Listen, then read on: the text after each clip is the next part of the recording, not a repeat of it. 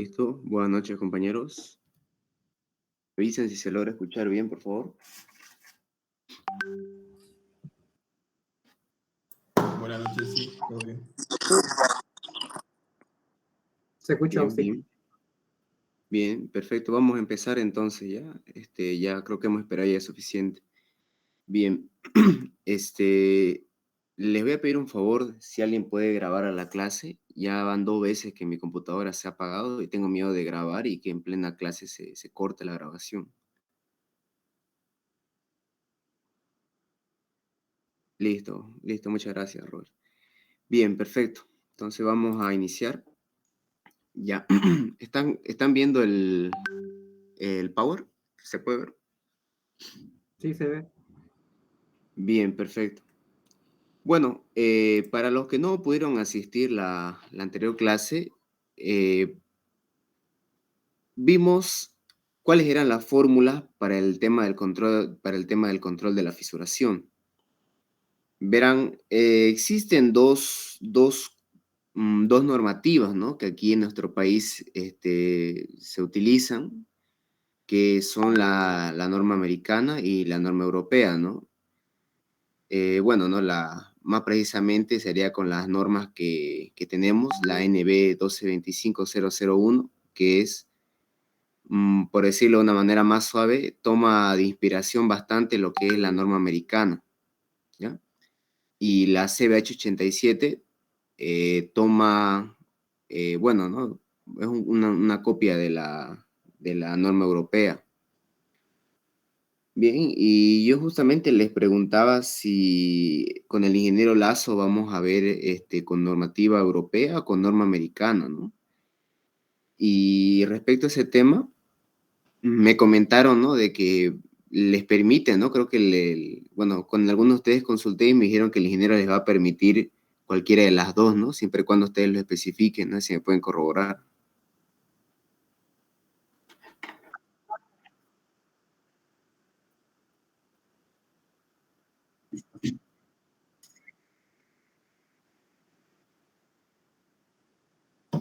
Ah, ya, perfecto.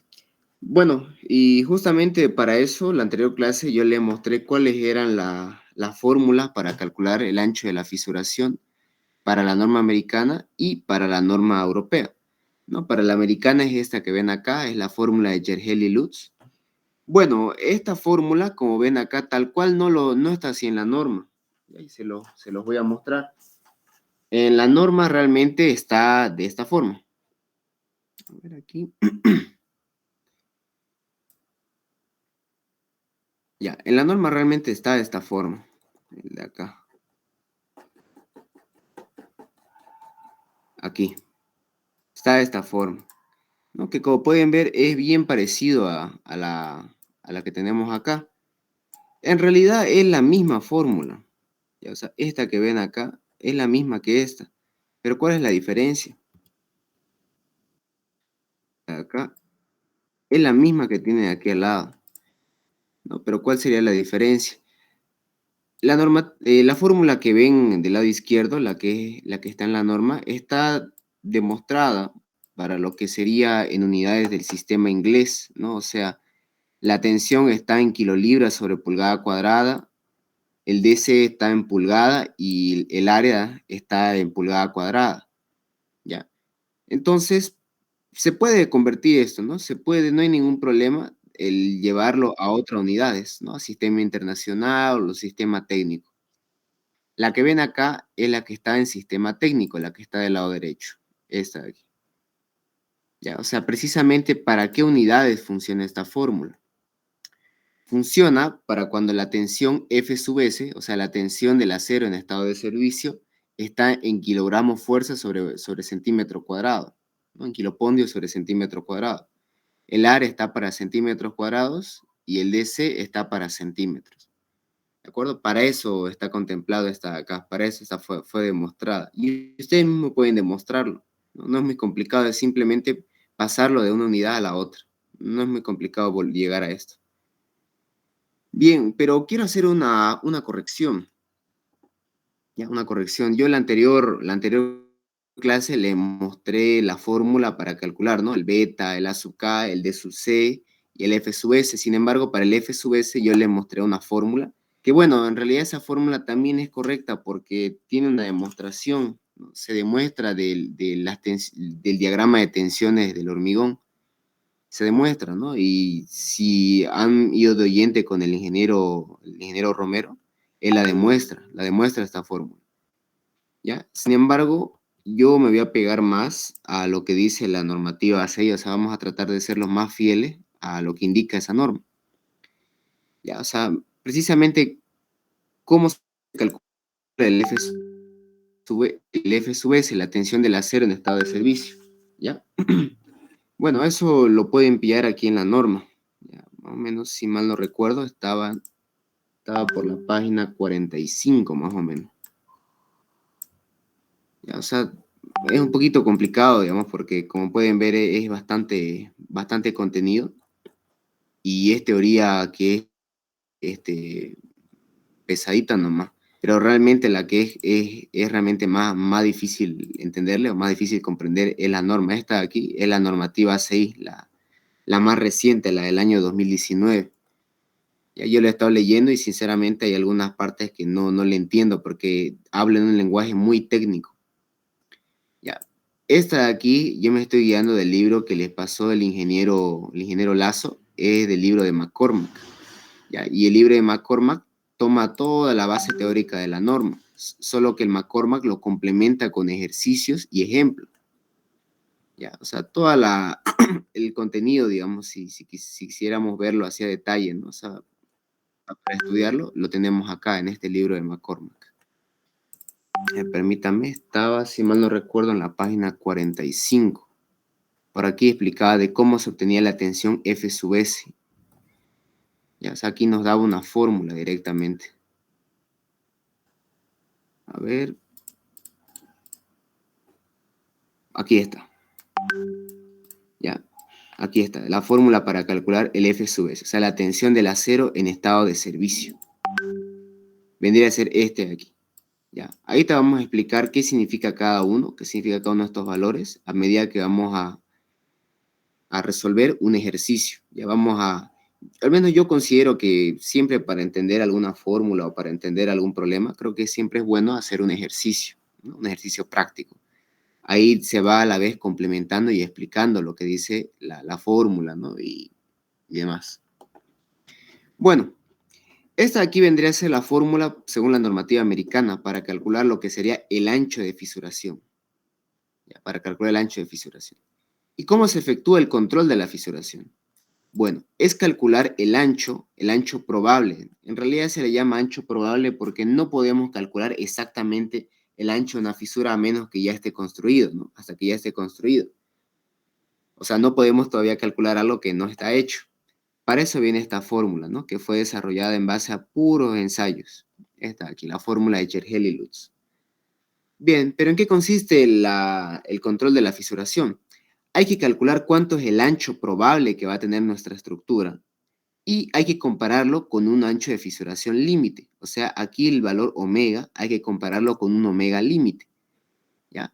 Y según la ACI, existen 5 categorías, ¿ya? Dice, si tu elemento estructural está en un clima seco con membrana protectora, vale 0,41. O sea, tu ancho W que calculamos con esta fórmula no tiene que pasarse el valor de 0,41. Si estás en un clima húmedo, no tiene que pasarse de 0,30. Si estás en un clima nevado con muy bajas temperaturas, 0,18. Si estás cerca del mar en las costas marinas, 0,15. Y si tu estructura está en contacto directo con el agua, es 0,10 milímetros. Bien, o sea, depende mucho de la situación en la que se encuentre nuestra estructura. Bueno, esa es la filosofía para hacer el control de fisuración, ¿no? Según la norma CI. Y verán que la normativa europea es la misma filosofía, o sea, también se basa en que se calcule cuánto es el ancho de la fisuración que vamos a tener y hay que compararlo con un valor límite. Pero verán que según la norma europea tiene otra fórmula para calcular el ancho de fisuración, ¿no? La fórmula de Borges, esta acá. Ya, la fórmula de Borges. Sinceramente, esta fórmula es más fácil de calcular ¿ya? Porque los valores aquí son más fáciles de obtener, a diferencia de la fórmula de Gerhel-Lutz, que más precisamente es por este valor que uno se puede tardar, ya que toma su tiempo calcular el f sub s. Bien, y lo mismo, también se basa en que hay que compararlo con un ancho límite, pero verán que en la normativa europea no hay 5 categorías como había en la norma americana, solamente hay 3, ¿no? Los ambientes 1, 2 y 3. Bien, ¿no? Haciendo un pequeño repaso entonces de lo que vimos en la anterior clase, pasemos a hacer el siguiente ejercicio de aplicación. ¿Ya? Entonces, si el ingeniero Lazo nos dice que podemos utilizar cualquiera de las dos normativas, yo les recomiendo que hagan por la normativa americana, ¿ya? Por dos motivos. Uno, porque tienen como complemento el libro de McCormack, ¿no? El otro día una compañera me preguntaba cuál sería un buen libro, ¿no? Para llevar la materia. Y yo le decía que sinceramente el mejor es el McCormack, porque no solamente te está traduciendo y explicando lo que te dice la norma, sino que también te lo complementa con ejercicios y ejemplos. Por eso este libro es bastante bueno, o sea, es casi como un traductor de esto. Entonces, aparte de eso, como sabrán, la norma, la NB 1225001, toma prestado varias cosas de la norma americana. ¿Ya? Y al menos aquí en nuestra ciudad, aquí en Santa Cruz, la CIP, ¿no? La que te pide la CIP, la de Santa Cruz, es con la NB 1225001. Bueno, 1225002, ¿no? La más reciente. Con esa es la que te piden que hagas tus cálculos. Y seguramente aquí en unos años, probablemente entre 5 y 10 años, esa norma, la NB 1225002, pasará a ser la normativa oficial a nivel nacional. ¿Ya? Entonces yo recomiendo que al menos los ejercicios los hagamos por normativa americana. Si en algún momento tal vez se nos presenta la oportunidad o la situación en la que quisiéramos ver qué tal va con la normativa europea, bueno, habrá, digamos, seguramente una situación a lo largo del semestre en la cual hagamos un ejercicio utilizando pura normativa europea, ¿ya? Pero por el momento yo les recomiendo que hagamos los ejercicios por la normativa americana. Bien, veamos entonces el siguiente ejemplo de aplicación. Ya, miren, tenemos entonces aquí una viga que está simplemente apoyada y a la vez tiene un voladizo, ¿no? Del lado derecho. Esta viga está sometida a dos tipos de cargas, ¿ya? Una carga viva y una carga muerta. Justamente respecto a este tema, la siguiente clase quiero que abordemos toda una clase para tratar el tema del cargado, ¿no? Porque ya les dio el ingeniero un práctico para cargar una losa y justamente quiero con ustedes explicarles cómo es eso del cargado, ¿ya? Entonces la siguiente clase va a ser solamente para tratar el tema del cargado. Bien, entonces tenemos la siguiente viga que tiene carga viva, carga muerta. Nos está describiendo cuántos son las dimensiones de la sección transversal. Tiene una base de 40 centímetros y una altura de 60 centímetros.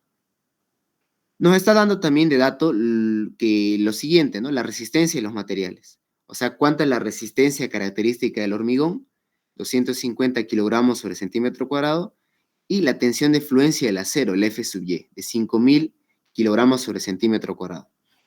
Ahora, aquí puedo aprovechar a hacer un paréntesis y mostrarles lo siguiente. La normativa europea a la resistencia característica del hormigón le llama F sub CK y la normativa americana le llama FC', ¿ya? Pero no se asusten, los dos son lo mismo, ¿ya? FCK es lo mismo que F sub C', ¿ya? Los dos son la resistencia característica del hormigón. Y lo mismo pasa con la tensión de fluencia. Según la americana, la coloca o su nomenclatura es F sub Y y la europea es F sub YK. ¿Ya? Pero nuevamente es lo mismo. Es lo mismo. Y bueno, como estamos haciendo un control de fisuración, es muy importante saber la ubicación en la que se encuentra nuestro elemento estructural, ¿no? Y en este caso nos dice que se encuentra en la ciudad de Santa Cruz. Si hacemos un poquito de recuerdo, podemos ver, ¿no? Según la norma americana, teníamos 5 categorías, ¿no? 5 categorías en las cuales nos daba cuánto era el ancho admisible, ¿no? El ancho límite de fisuración. Como en este caso, en este ejemplo, nuestra viga está en la ciudad de Santa Cruz, y nosotros sabemos que por un buen lapso, ¿no? Un buen tiempo aquí en nuestra ciudad a lo largo del año, tiene un clima húmedo. Entonces, ya sabemos, ¿no? Con ese dato de dónde es que se encuentra la estructura, ya tenemos de dato también cuánto es el ancho admisible, ¿no? Cuánto es el ancho límite. En este caso, 0,30 milímetros. Bien, entonces, pasemos a resolver el siguiente ejercicio. Yo les voy a proponer una forma de resolver, o sea, no es la única. Ustedes está más simplificada, ¿no? Obviamente, tomando en cuenta que en su examen su tiempo es bastante limitado. Ya, yo en esta clase les voy a hacer este ejercicio de la manera más desarrollada posible, ¿no? Tratando de explicar todo lo que se pueda, ya, de una manera metódica, o sea, voy a resolverlo de una manera ordenada y por pasos. ¿De acuerdo? No, nuevamente, no es la única forma de resolver, ustedes pueden resolverlo de una manera mucho más rápida, más simplificada, o sea, pueden omitir varios gráficos que vamos a hacer y pueden utilizar directamente la fórmula, ¿no? Para hacer todo más rápido. Bien, entonces, según esta metodología, lo primero que tendríamos que hacer es mayorar las cargas. Esta materia, no por nada se llama hormigón armado 2, ¿no? Es la continuación de otra materia. La materia Armando, que... disculpa, creo que dejó de compartir o no sé si es solo a mí. A ver. ¿Lo demás pueden ver? Estoy ahorita... Se ve nomás.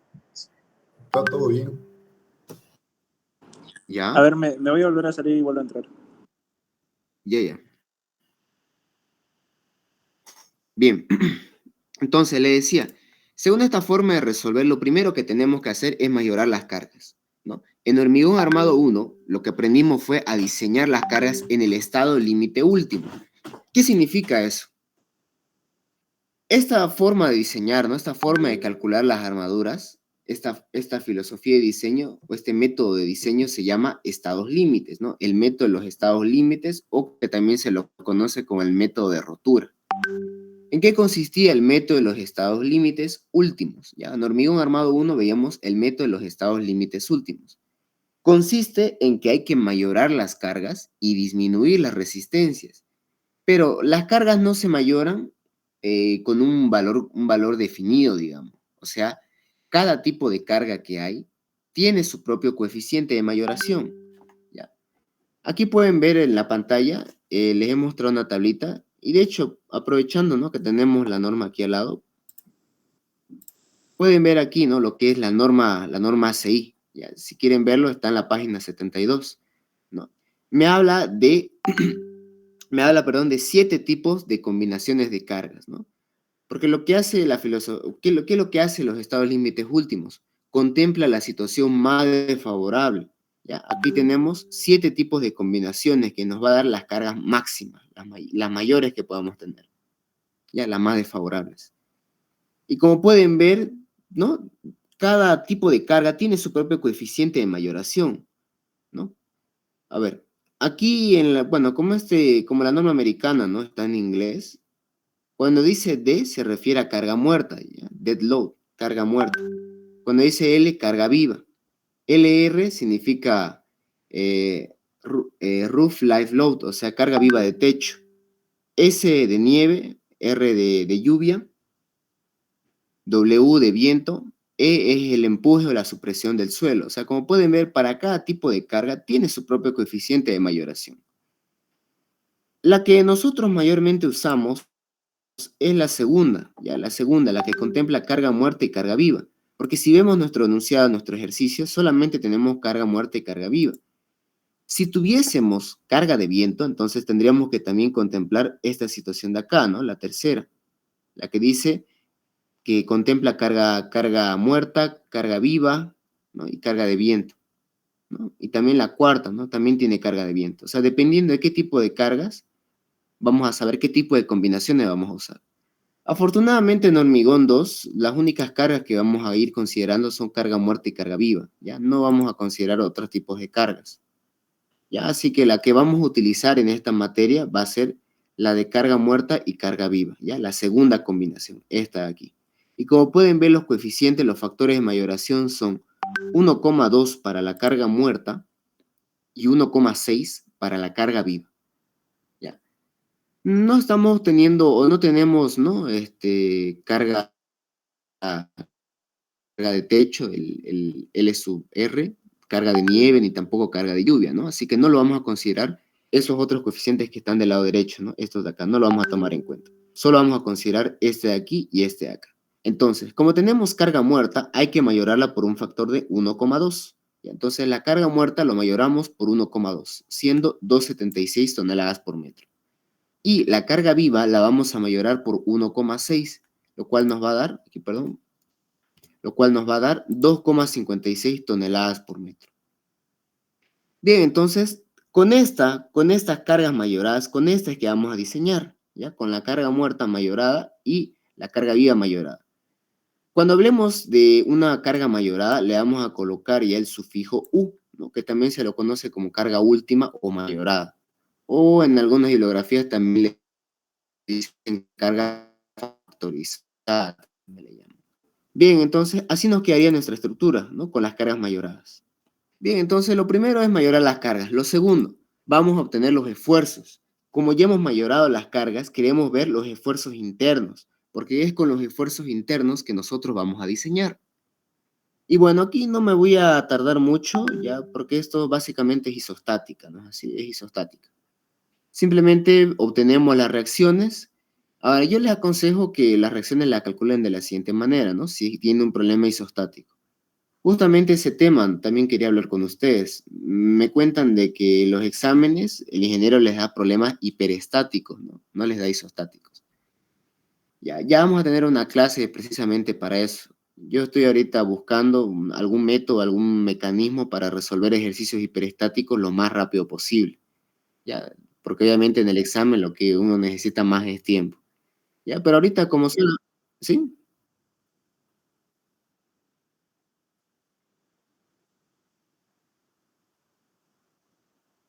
Sí, sí. Ujú,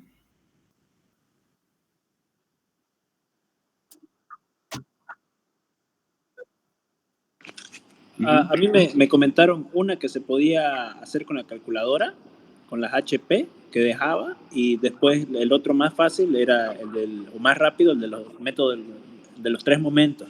En los tres momentos.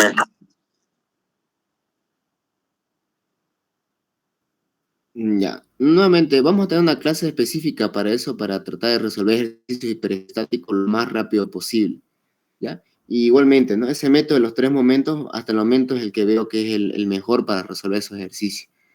Obviamente no vamos a resolver como hacía el ingeniero Quilla, ¿no? Porque el ingeniero Quilla se tomaba su tiempo, ¿no? No por nada el examen era solamente para calcular los esfuerzos internos de una estructura hiperestática, ¿no?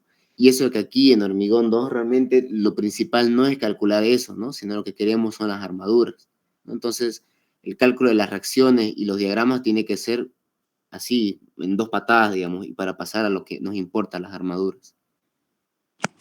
Bueno, Sí, igual entonces, los ejercicios solamente van a ¿sí? ser de vigas hiperestáticas, no de pórticos, nada de eso, ¿no? No, sí, solamente son vigas, no son Porque por... hasta cierto punto hay algunas fórmulas así que se pueden usar, solo reemplazar las Sí, hay distancias. una fórmula. Exactamente. En el libro de Jiménez Montoya tiene todo un formulario donde te da para calcular las reacciones para diferentes tipos de ejercicios. Ya tiene casi como unas 20 o 30 hojas que son puros ejemplos genéricos y tiene su fórmula para calcular directamente la reacción. ¿Ya? Bien, entonces sigamos. Le decía, como este ejemplo, o como en este ejercicio solamente queremos ver el tema de la fisuración, estamos resolviendo un ejercicio isostático. ¿Ya? Y le decía, en un ejercicio isostático, yo les recomiendo que calculen las reacciones de esta manera. O sea, que calculen las reacciones utilizando momento, ¿ya? Utilizando momento, para justamente dejar la ecuación de fuerzas verticales como una verificación. Y también este tema de la verificación. O sea, sé que varias personas no hacen la verificación porque, bueno, no están seguros del cálculo de sus reacciones.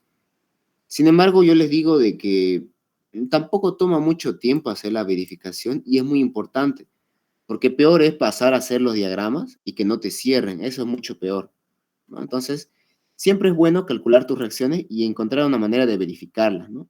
Entonces, yo le doy este consejo. Calculen las reacciones por sumatoria de momentos y la verificación la hacen por una sumatoria de fuerzas verticales. ¿Ya? Para así aliviarse y entrar de manera segura a calcular los esfuerzos internos. Bien, entonces, como les digo, no me voy a tardar mucho hablando de reacciones, ¿no? Porque son materias de isostática. Bien. Ahora, el tema de los esfuerzos internos, ¿no? Isostática 2. Bueno, ahorita como todavía estamos al inicio, ¿no? Y explicando todo lo más desarrollado posible, no es necesario que hagan esto, ¿no? Como pueden ver acá, yo me he hecho como un pequeño esquema, ¿no? Diciendo, estoy analizando solamente este tramo, el tramo AB, ¿no? Y he como que vuelto a copiar eso, pero solamente colocando las cargas, ¿no? Cargas puntuales y carga distribuida, nada más. Nuevamente, no es necesario, ¿no? Que ustedes hagan esto, solamente es de manera, solamente es porque quiero explicarlo lo más desarrollado posible. ¿Ya? Si quieren ustedes aplicar el método de los puntos, ¿no? Que se enseña en ISO 2, no hay ningún problema, ¿no? Y se calcula más rápido todavía las reacciones de esa manera. Pero se calcula más rápido los diagramas de esa manera. Bueno, entonces, veamos qué tenemos en el tramo AB. Tenemos una carga puntual al inicio, ¿no? Una carga puntual que vendría a ser la reacción, ¿no? La reacción B sub A, y una carga distribuida a lo largo de todo el tramo AB. Entonces, para simplificar, vamos a sumar ambas cargas distribuidas, lo cual nos va a dar 5,32 toneladas por metro. Tenemos una carga puntual al inicio. Ahora, de esta manera vamos a resolver de izquierda a derecha, ¿ya? Eso igual es muy importante, ¿no? Indicar en qué sentido vas a calcular los esfuerzos internos, ¿no? Si de izquierda a derecha o de derecha a izquierda. Tomando en cuenta que si utilizan de derecha a izquierda, tienen que tener mucho cuidado con los signos, ¿ya? Ustedes saben que cuando se calcula de derecha a izquierda, los signos cambian, ¿no? O sea, un negativo no me va a mandar hacia abajo, ¿no? Sino que me va a mandar hacia arriba, ¿no? Y viceversa. O sea, tienen que tener mucho cuidado cuando calculan de derecha a izquierda los esfuerzos internos. Bien, entonces, calculamos la ecuación de cortante y la ecuación de momento, ¿no? La ecuación de cortante, ¿cómo sería?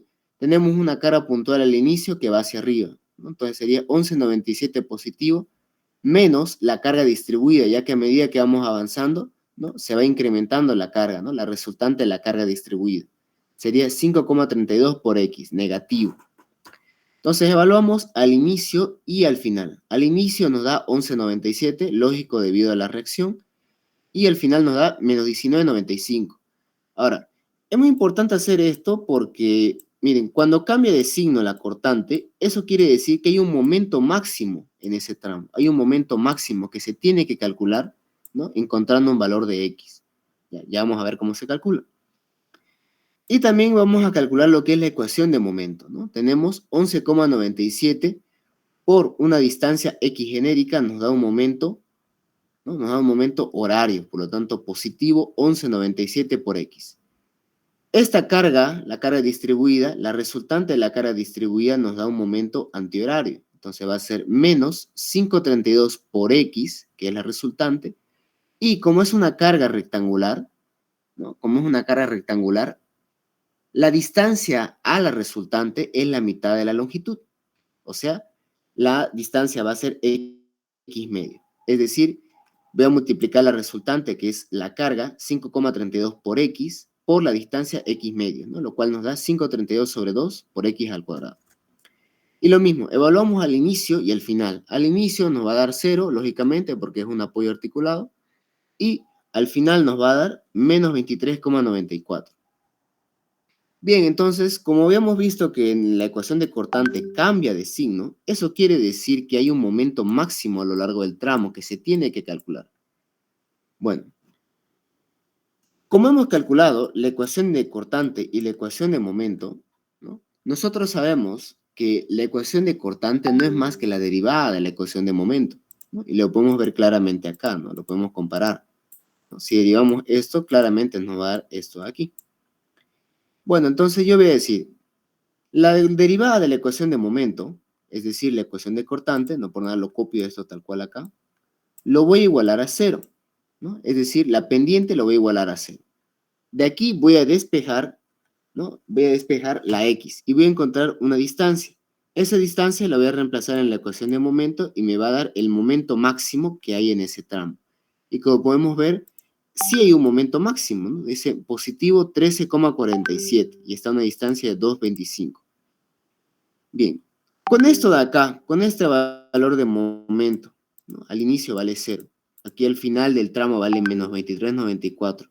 Y dentro del tramo hay un momento máximo positivo de 13,47. Ya tenemos los datos suficientes para dibujar, ¿no es así? Nuestro diagrama de momento. Listo. Bien, entonces tenemos acá nuestro diagrama de momento, ¿no? Aquí del lado derecho.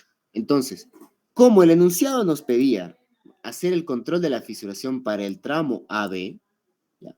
Vamos a tomar el momento que hay en este tramo, ¿ya? El momento del tramo, es decir, un valor de 13,47 toneladas por metro.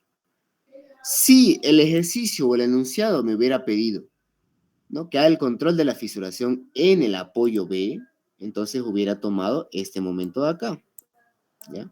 Tengo que fijarme mucho de qué es lo que me pide, ¿no? No por nada, lo más importante para resolver un problema siempre es entenderlo, ¿no?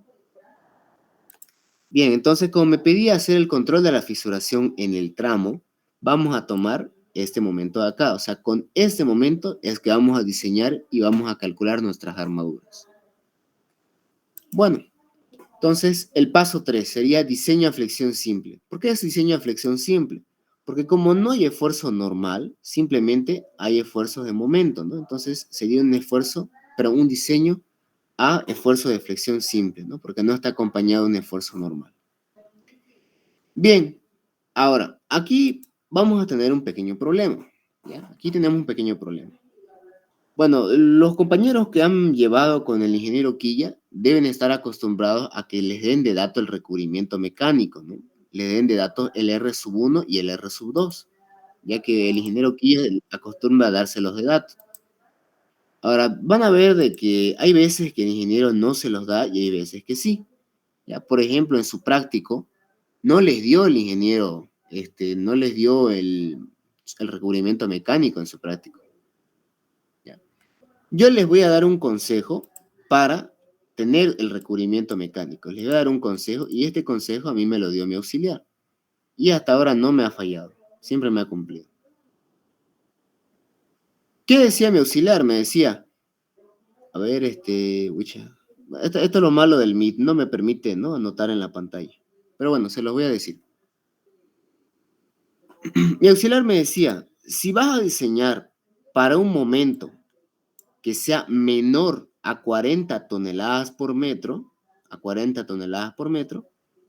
vas a adoptar un recubrimiento mecánico de 5 centímetros. Si el momento para el cual vas a diseñar está entre 40 y 80 toneladas por metro, vas a adoptar un recubrimiento de 6 centímetros.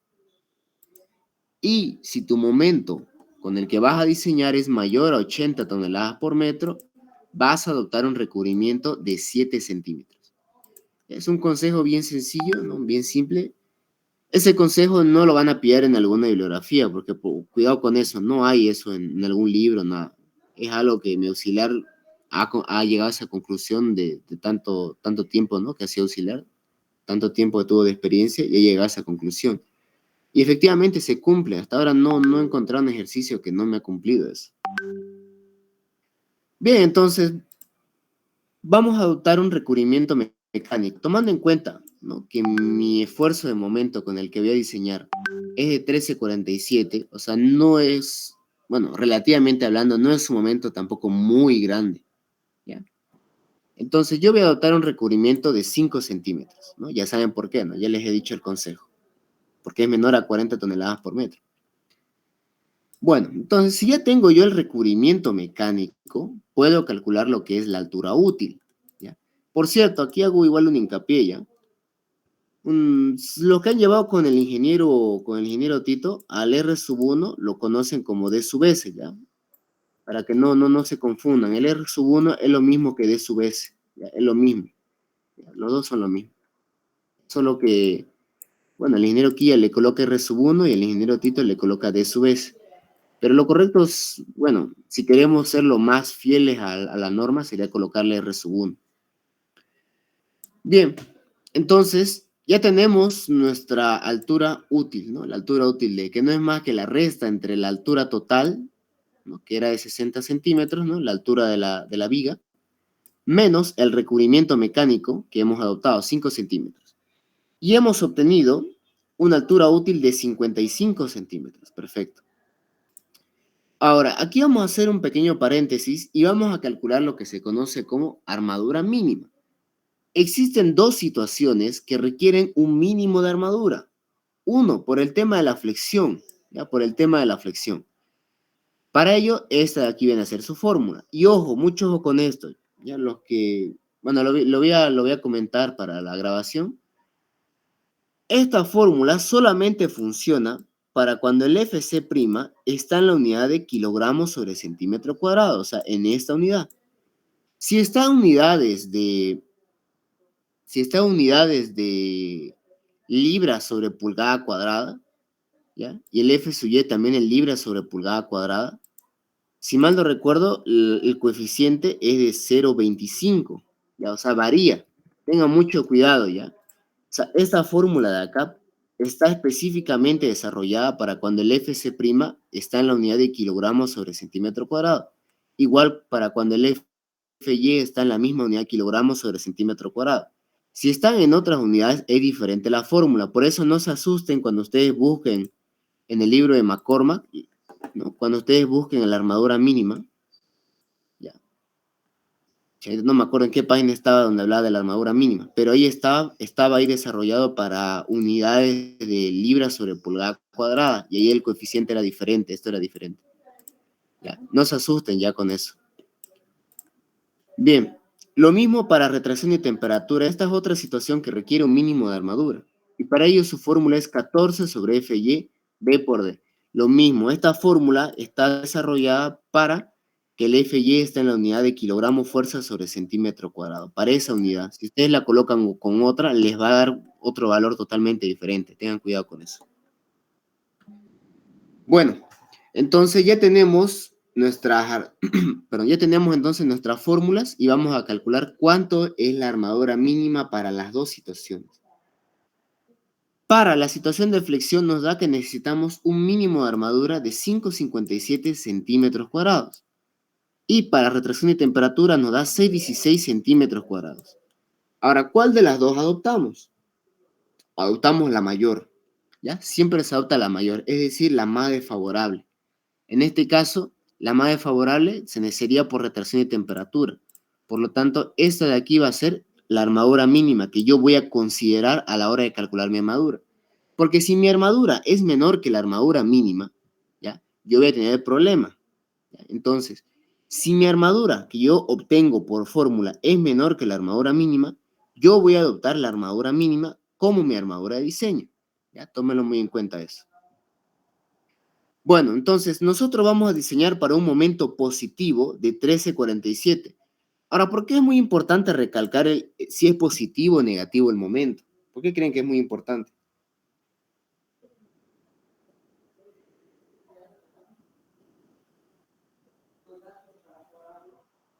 Para ver dónde están las armaduras principales, se podría decir. Para ver, reforzar la parte ya cerrada de arriba abajo. Exactamente, por eso es muy importante. Y de hecho creo que el ingeniero el ingeniero Lazo les habló de eso, ¿no? Él les dijo o no creo quién fue el ingeniero que hablaba sobre que una vez revisando un examen tenía un ejercicio donde les pedía hacer un control en un apoyo. Y como ven, en los apoyos los momentos son negativos. Si los momentos son negativos, las armaduras principales, o sea, las armaduras traccionadas, van arriba. Y si el momento es positivo, como tienen acá, las armaduras traccionadas van abajo. Entonces, este ingeniero que no me acuerdo ahorita bien, no me acuerdo, creo que me estoy confundiendo, no me acuerdo bien si era el ingeniero Lazo o era el ingeniero Quilla, que él decía que revisando una vez un examen vio que alguien en un control de fisuración, ¿no? En un control de fisuración, que tenían que hacer un apoyo, él colocó las armaduras abajo, ¿no? Y desde ya le puso mal, porque no fue, digamos, porque el área lo calculó bien, ¿no? Y el número de barras también, solo que Ahí fue un error de concepto. Bien, por eso es muy importante indicar el sentido del momento. Como nuestro momento es positivo, las armaduras principales, o sea, las armaduras traccionadas, van a ir abajo. Ya, van a ir abajo. Bien. Ahora, como yo calculé, ¿no?, un momento en la unidad de toneladas por metro, lo voy a convertir en la unidad de kilogramos por centímetro. Para no perder el tiempo ahí, ¿no?, y decir, bueno, una tonelada son 1000 kilos y un metro son 100 centímetros. Directamente, para convertir de tonelada a metro, multiplican este valor por 10 elevado a la 5. ¿Ya? Ese es el factor de conversión para llevar de tonelada por metro a kilogramo por centímetro. ¿Ya? Es simplemente 10 elevado a la 5. Bien.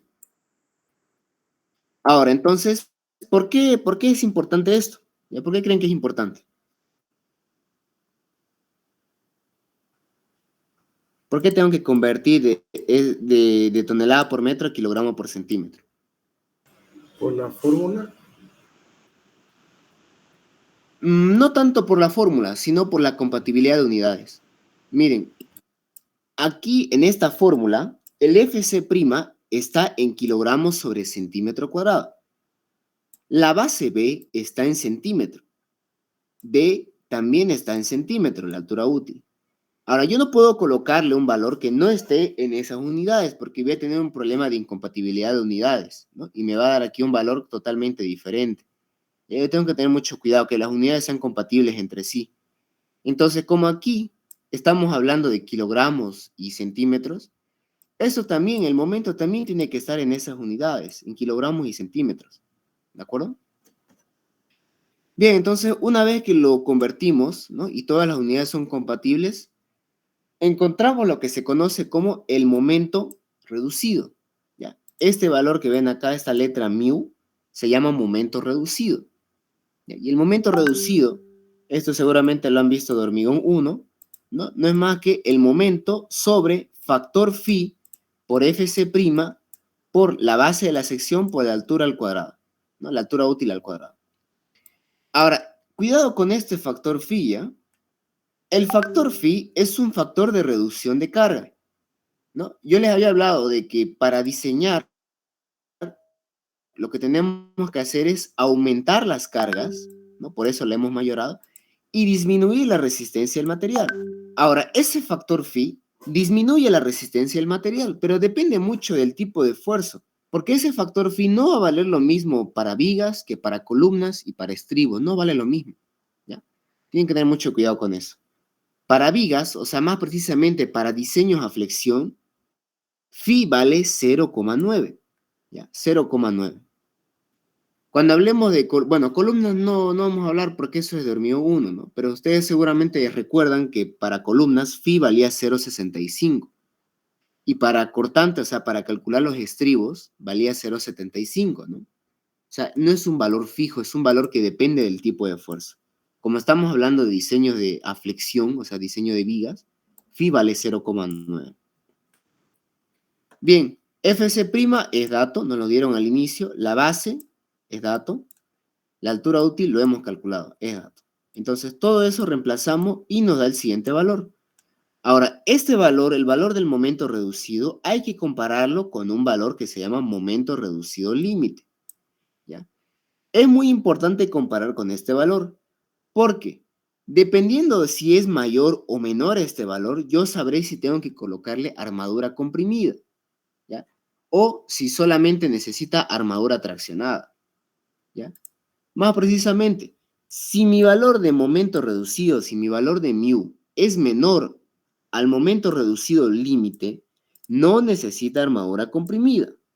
Pero si por alguna razón, digamos que aquí me hubiera dado 24,95, claramente es mayor que el momento reducido límite. Por lo tanto, ahí tendría que haber calculado lo que es la armadura comprimida. Como en este caso no es mayor, ¿no? Entonces no requiere armadura comprimida, solamente armadura traccionada, nada más.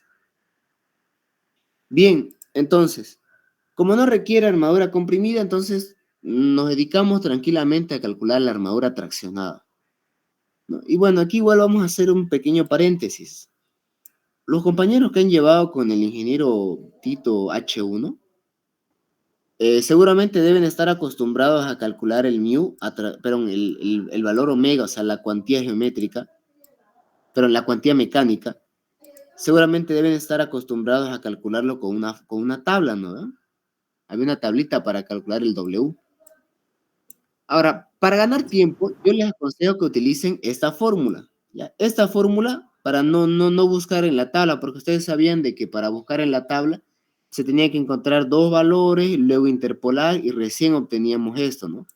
Yo les aconsejo que utilicen esta fórmula, y esta fórmula es de la ACI, ¿ya? O sea, no estamos aquí mezclando normas ni nada, es de la misma ACI, ¿ya? De la misma normativa americana.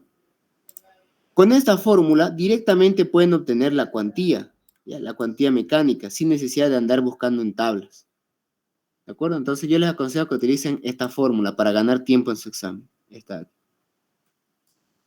Bien, entonces utilizando la fórmula para calcular la cuantía mecánica, obtenemos que la cuantía mecánica para la armadura traccionada vale 0,051.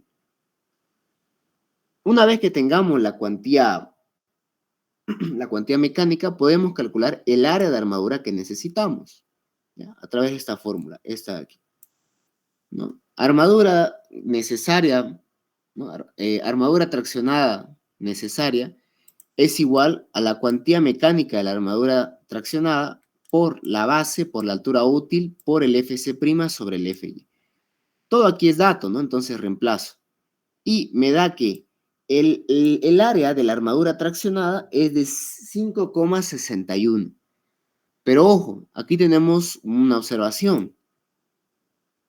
Nuestra armadura mínima nos dio 6,16 centímetros cuadrados. Y la armadura que hemos obtenido mediante cálculo nos dio 5,61.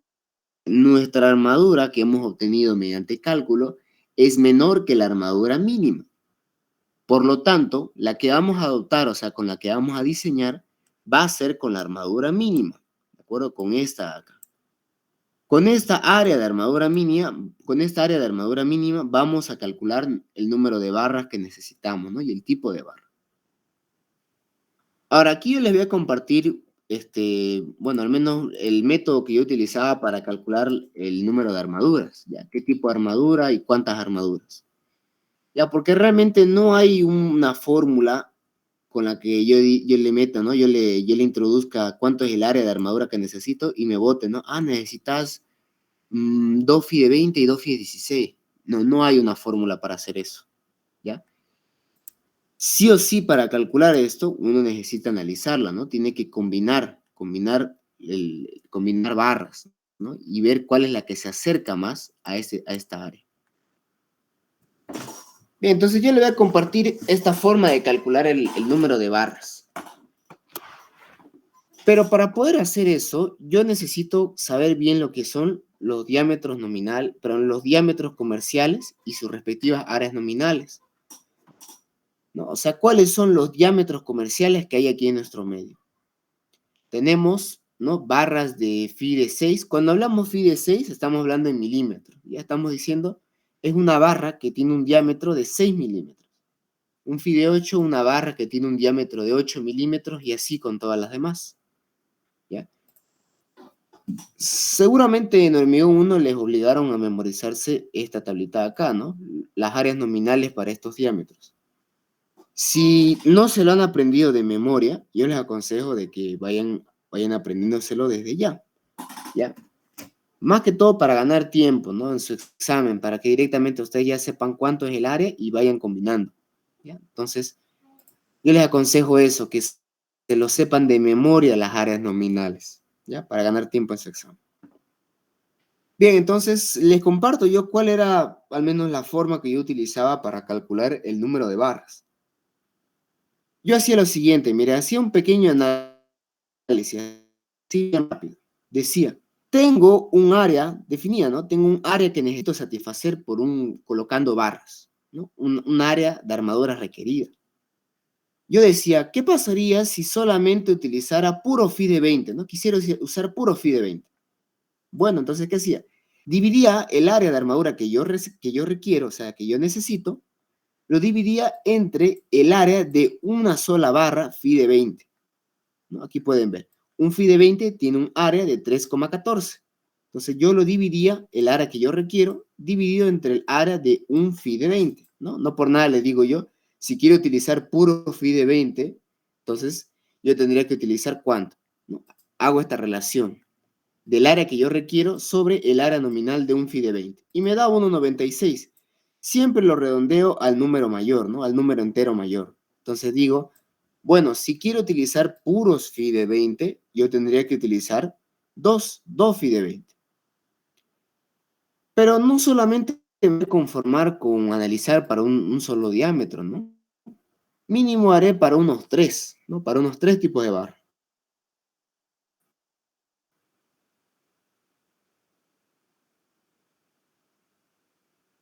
Probemos con el phi de 16. Decimos, ¿no? Yo le daré que el phi de 16 nos da 3, siempre se redondea al este a 4, ¿no? Que está más cercano a 3, pero se redondea al número mayor, en este caso 4. Y para no andar probando con todas las barras, yo le decía mínimo hagan para unos 3, ¿no?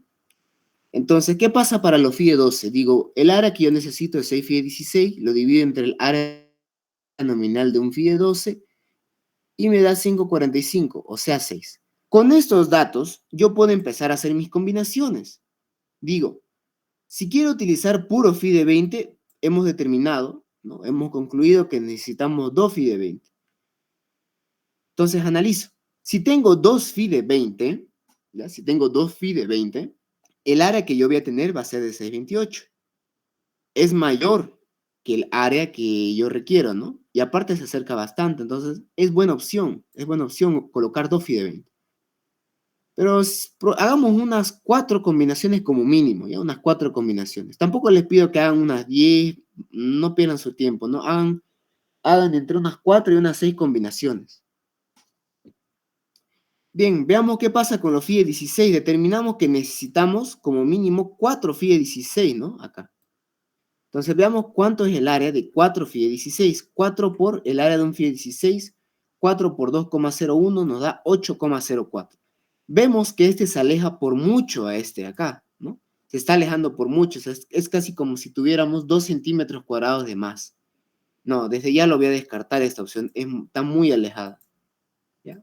Está muy alejada esa opción, la descarto. Bien, veamos con los phi de 12. Si quiero utilizar puros phi de 12. Si quiero hacer eso, entonces yo necesito 6 phi de 12, lo cual me da un área de 678. Bien, es un área que es mayor a la que yo requiero, entonces también es una alternativa, ¿no? Que yo puedo considerar.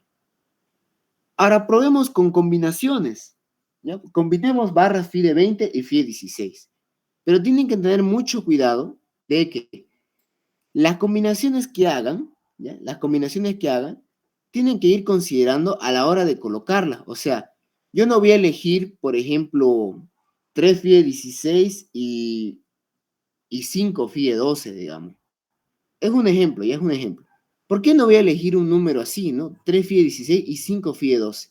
Porque después yo voy a tener problemas a la hora de colocar las barras, ¿no? A la hora de distribuirlas me va a ser muy complicado, ¿no? Imagínense 3 phi de 16 y 5 phi de 12, ¿cómo los colocaría?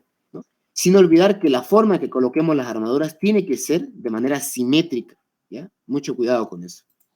O sea, las combinaciones tampoco los voy a hacer a lo bruto, digamos, en decir, bueno, pruebo con este, no.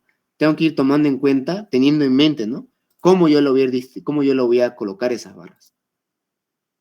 Bien, veamos con esta situación, miren. 2 phi de 16 y 2 phi de 12. Me da 628. La misma área que yo tengo utilizando 2 phi de 20. Entonces me hallo en la incómoda situación de que tengo dos combinaciones que me dan la misma área. Sin embargo, una está usando 2 barras y la otra está utilizando 4 barras. Ahora yo les pregunto, ¿cuál me convendría y por qué? ¿2 phi de 20 o 2 phi de 16 y 2 phi de 12? Sería 2 phi de 20. ¿Por qué? Porque Bueno, el ingeniero Tito también en Hormigón Armado 1 nos decía que mientras menos barras tengamos, vamos a necesitar menos estribos. Y va a ser más económico también el diseño de la armadura. Yo digo, pero si ocupamos la otra combinación, nos dijo el ingeniero que a menor diámetro del fierro es mayor adherencia. Y menor fisuración también. Exacto. Mayor área para su adherencia. Exacto, exactamente. O sea, como pueden ver, tienen diferentes puntos, ¿no? Y los dos son válidos. Obviamente, si elijo 2 barras FIDE 20, me sale más barato.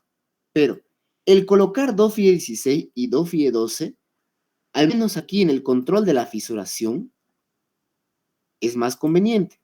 Miren, si vemos la fórmula de Gerheli-Lutz, tenemos lo siguiente. El A sub K se obtiene, ¿no?, haciendo esta multiplicación y dividiendo entre el número de barras. Eso quiere decir que mientras más barras coloque, mientras más cantidad de barras, el A sub K va a ser más pequeño. Y si el A sub K es más pequeño, por lo tanto, la fisuración va a ser más pequeña. Y es justamente debido a lo que decían. Debido a que mientras más número de barras yo tenga, mayor es el área de contacto entre el acero y el hormigón, ¿ya? Y por lo tanto, si mientras más grande es el área de contacto, la fisura es menor. Y seguramente el ingeniero Lazo ya les habló sobre eso, ¿no? Que mientras menos barras hay, pero mientras más cantidad de barras haya, la fisuración va a ser menor, ¿no? Seguramente eso ya les ha debido hablar. Bien. Entonces, interesante, ¿no? O sea, tenemos 2 puntos de vista distintos. Sin embargo, aquí como estamos haciendo control de la fisuración, me conviene a mí colocar mayor cantidad de barras, ¿no? Porque de esa manera yo le estoy dando como un extra adicional, ¿no? Para estar más seguro de que la fisuración va a ser más pequeña. ¿De acuerdo? Entonces vamos a adoptar esta combinación, 2 FIDE 16 y 2 FIDE 12. Bueno, 2 FIDE 16 y 2 FIDE 12 tampoco es muy complicado distribuirlas, ¿no? Podríamos colocarlo así. Los 2 FIDE 16 a los costados y 2 FIDE 12 aquí en pila, ¿no? En esta primera camada. Bien, entonces vamos a adoptar 2 FIDE 16 y 2 FIDE 12. Perfecto. Como vamos a adoptar 2 FIDE 16 y 2 FIDE 12, el área de 2 FIDE 16 y 2 FIDE 12 nos da 628. Ese dato es muy importante, ¿ya? Ese dato es muy importante. ¿Cuánto es el área para la combinación que yo estoy colocando? Es muy importante saber este dato. Bien, entonces vamos al tema de la distribución y separación de armaduras. O sea, cómo yo lo voy a colocar y de qué manera voy a colocar las armaduras. Bien, ahora, en este caso, como tampoco hay muchas barras, ¿no? 2 FIDE 16, 2 FIDE 12, yo puedo colocarlas así. Realmente este análisis, ¿no?, de distribución y separación de armaduras, realmente es más crítico cuando tenemos hartas barras. Por ejemplo, unas 10 FIDE 12, unos 2 FIDE 16 y unos 8 FIDE 12. O sea, son situaciones en las cuales tenemos una gran cantidad de barras. Ahí sí es más crítico esta parte. Pero como tenemos pocas barras, o sea, relativamente hablando son solo unas 4, no vamos a tener mucho problema, ¿no? Pero de todas formas es bueno hacer esta verificación siempre, ¿no? Ver que se cumple con lo que dice la norma, con la separación mínima, ¿ya? Ahora, para poder calcular la separación, ¿ya? Para poder calcular la separación, tenemos que adoptar algo, ¿ya? Y es lo siguiente. 1, el recubrimiento geométrico. O bueno, los que han llevado con el ingeniero Tito, ¿no? Recubrimiento libre o recubrimiento lo mismo. ¿Qué es el recubrimiento libre o recubrimiento geométrico? Es el espesor de hormigón que protege las armaduras, ¿ya? Que protege a las armaduras. O sea, ¿cuánto yo de espesor le estoy colocando para proteger que no se corroan las armaduras? Ahora, la norma me dice que puedo adoptar un valor entre 2 y 2,5. Entre 2 y 2,5. Los que llevaron con el ingeniero Quilla, ellos adoptan 2,5, ¿no? Y los que han llevado con el ingeniero Tito colocan 2 centímetros. ¿Ya? Yo les aconsejo que coloquen 2 centímetros, ¿ya? A menos que el ingeniero Lazo les especifique, no, que recubrimiento libre sí o sí sea 2,5, ¿no? Ahí entonces lo tomarán en cuenta. Como en este ejercicio no nos está indicando, de hecho realmente este ejercicio se deja mucho la interpretación, ¿no? Porque como pueden ver hemos estado... Entonces, a menos que nos especifiquen cuánto quieren que le coloquemos de recubrimiento geométrico, recubrimiento libre, nosotros vamos a adoptar el mínimo, ¿no? El mínimo, o sea, 2 centímetros. Ahora, también no conocemos el tema del estribo, no lo hemos diseñado. Realmente lo correcto sería diseñar el estribo, ¿no? Pero ahorita no estamos diseñando estribo, ¿no? Lo que realmente nos interesa son las armaduras longitudinales. No vamos a perder el tiempo en calcular estribos. ¿Ya? Obviamente no, en un examen no me puedo tomar yo la molestia de hacer hartos cálculos, ¿no? O sea, yo necesito hacer los cálculos necesarios y suficientes para resolver lo que me piden, ¿no? Para poder hallar lo que me piden. Ahora, yo aquí comparto más el punto de vista que tiene el ingeniero Tito. Él dice, los diámetros que se colocan en los estribos, ¿ya? Están entre 6, o sea, un phi de 6 y un phi de 10. No se colocan para los estribos barras adelante. Es justamente por el tema del doblado, porque es más complicado doblar un phi de 12. O sea, mientras más robusto, mientras más grande el diámetro de una barra, es más complicado doblarlo. ¿Ya? Más específicamente me refiero a esta parte de aquí, el doblado que se le hace al estribo, ¿no? En las esquinas. Entonces, el estribo, el diámetro que se utiliza está entre un phi de 6 y un phi de 10.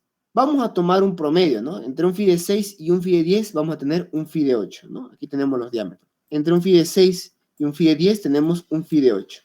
Entonces vamos a adoptar un phi de 8, ¿ya? Para estar más seguros. Adoptamos un promedio entre los dos, un phi de 8.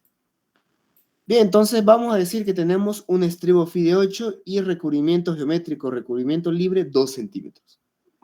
Perfecto, entonces tomando en cuenta eso, vamos a calcular la separación de las armaduras. Ahora, ¿cómo estamos colocando un recubrimiento geométrico de 2 centímetros y el estribo que estamos adoptando es un phi de 8? O sea, tiene un diámetro de 8 milímetros, o sea, esta distancia que hay acá, el espesor del estribo, son unos 0,8 centímetros. Si yo sumo esos 2 centímetros del recubrimiento geométrico más el diámetro del estribo, voy a tener 2,8 centímetros. De este lado 2,8 centímetros y del otro lado también hay 2,8 centímetros. Bien, entonces yo voy a colocar los 2 phi de 16 y los 2 phi de 12 de la siguiente manera. 2 phi de 16 en las esquinas, en los extremos, y 2 phi de 12 aquí intermedio. Vamos a calcular cuánto es esta separación, cuánto es la separación que hay. ¿Por qué necesito calcular esa separación? Porque esa separación se tiene que comparar con una separación mínima por norma. Y para la separación mínima por norma hay 3 situaciones. Uno, de 1 pulgada, que se traduce en 2,5 centímetros. El diámetro mayor, o sea, miren, aquí tenemos tenemos 2 phi de 16 y 2 phi de 12. O sea, estamos usando 2 tipos de diámetros diferentes, ¿no? Unas barras de 16 y unas barras de 12. Cuando dice diámetro mayor, se refiere al diámetro de la armadura de mayor diámetro que estamos utilizando. En este caso, estamos utilizando aquí un phi de 16. Phi de 16 milímetros, traducido a centímetros, 1,6 centímetros. Entonces, el diámetro mayor de las armaduras que estamos utilizando sería 1,6 centímetros. Y la tercera situación me dice que tiene que ser 4/3 del diámetro máximo del agregado grueso. Justamente en la materia de tecnología del hormigón, ¿no? Ahí se toca ese tema, ¿no? De cuál es el diámetro máximo que puede haber en el diámetro máximo que nosotros vamos a tomar va a ser de 3/4 de pulgada, ¿ya? Entonces, aquí son 3/4 de pulgada. 3/4 por 4/3 me da 1 pulgada, lo que se traduce en 2,5 centímetros. Ahora, de estas 3 situaciones, yo tengo que tomar el más grande, o sea, el mayor de estos 3. Claramente aquí es 2,5 centímetros. Por lo tanto, mi separación mínima que yo debo cumplir es de 2,5 centímetros. Ahora sí, a modo de complementar, si no cumplimos con esto, o sea, si no cumplimos con que nuestra separación sea menor que la separación mínima, se va a dar lo que se conoce como cangrejera, ¿no? O en alguna hidrografía creo que le llaman coquera, ¿no? O sea, cuando yo vacío, ¿no? O sea, imagínense que yo voy a vaciar esta viga, ¿ya?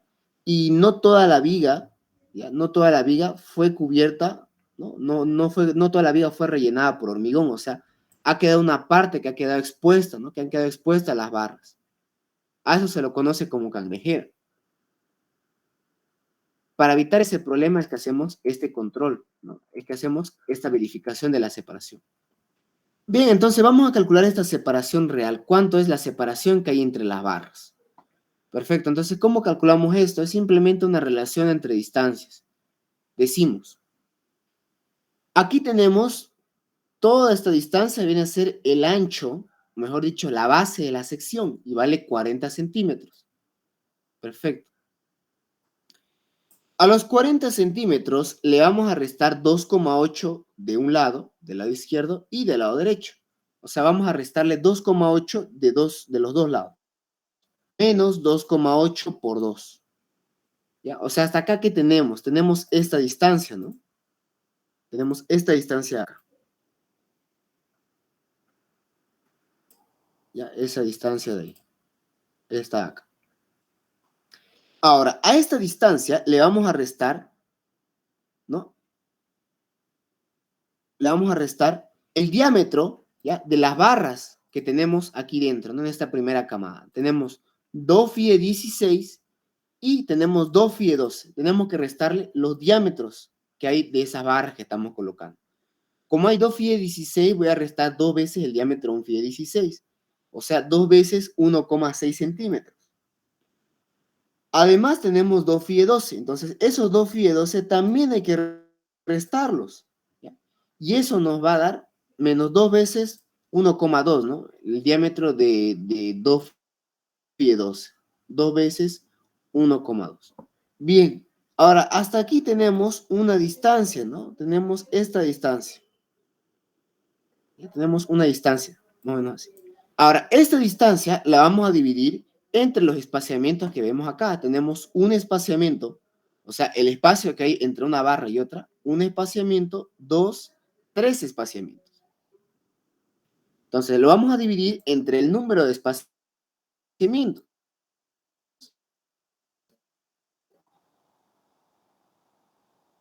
Y eso nos va a dar 9,6 centímetros. 9,6 centímetros.